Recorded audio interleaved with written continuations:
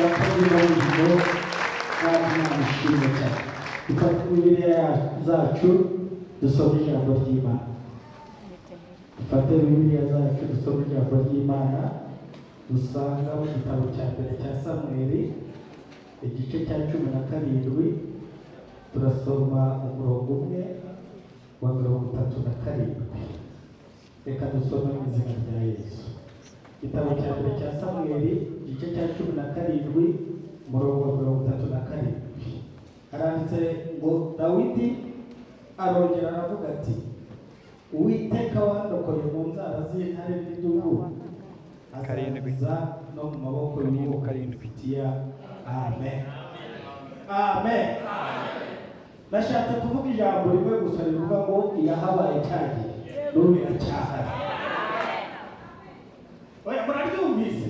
Iyahabaye cyagiye n'uyu munsi, reka twese tuvuge ngo n'uyu munsi iracyahari. Reka tuvuge ngo iracyahari. Imana ishimwe cyane. Imana ishimwe irahari. Imana irahari. Haleluya. Rero ni amatangazo abiri gusa. Abantu bareba Goliyati akabibagiza ko ihari, nimuhumure iracyahari. Abantu bitegereza Goliyati akababyimba imbere akabereka yuko idahari, iyahabaye cyagihe n'uyu munsi iracyahari. Imana ishimwe cyane.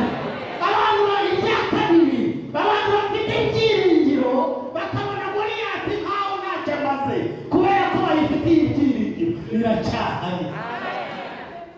Dawidi arangije abwira Sawuli ureba Goliyati akagira ubwoba, aramuha n'uyu munsi turi kumwe, uno mufilisitiya utakebwe nawe arapfa nk'imwe muri yo. Imana ishimwe cyane. Iyahabaye cyagihe n'uyu munsi iracyahari. Reka tuyikomere amashyi Imana yacu. Imana ishimwe irahari. Reka tuvuge ngo irahari. Reka tuvuge ngo irahari. Reka tuvuge ngo irahari. Reka tuvuge ngo irahari.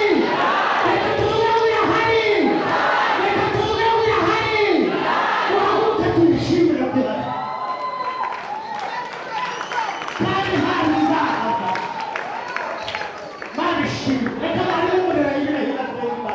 Buri muntu wese yishimire ko ihari.